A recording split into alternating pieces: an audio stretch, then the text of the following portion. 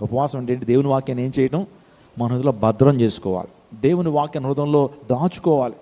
119వ కీర్తనలో దావీదు అంటాడు, నీ ఎదుట నేను పాపం చేయకున్నట్లు నా హృదయంలో నీ వాక్యమును ఉంచుకొని ఉన్నాను.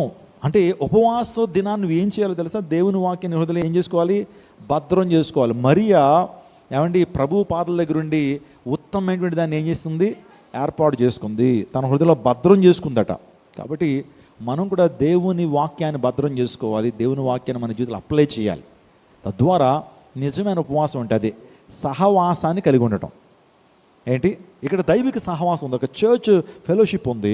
ఈ ఫెలోషిప్ నువ్వు కలిగి ఉండాలి. చాలామంది అంటారు, మేము ఒంటరిగా ఆరాధించుకుంటామండి, ఇంట్లో నుండి మేము ఒంటరిగా దేవుని స్తుతిస్తామనంటే మందలో ఉన్నటువంటి గొర్రెకు క్షేమం ఉంది. మందను విడిచి, సహవాసాన్ని విడిచిపెట్టి ఒంటరిగా తిరుగుతున్నావా? తోడేలు పట్టుకుంటుంది, జాగ్రత్త. నువ్వు ఒక సంఘ నాయకుడి యొక్క సంరక్షణలో నువ్వు పెంచబడుతుండాలి. చక్కటి వాక్యపు వెలుగులో నీ జీవితాన్ని సరి చేసుకుంటూ ముందుకు నడవాలి. సంఘములో సహవాసంలో ఉండాలి, ఒక ఫెలోషిప్లోనూ ఉండాలా. ఒక మండుతున్న కట్టెలో నీ యొక్క పచ్చి కట్టును కూడా తీసుకెళ్ళి వేస్తే మండుతున్న కట్టులో నీ కట్టు కూడా ఏమవుతుంది? మండుతుంది. ఒకవేళ పచ్చి కట్టు అయినా సరే ఆ వెలుగుతున్న కట్టెల్లో నీ కట్టు కూడా యాడ్ అయితే నువ్వు వెలుగుతావు. అంతేగాని బయటికి ఎప్పుడైతే నువ్వు బయటకు వస్తావో నీకు క్షేమం ఉండదు.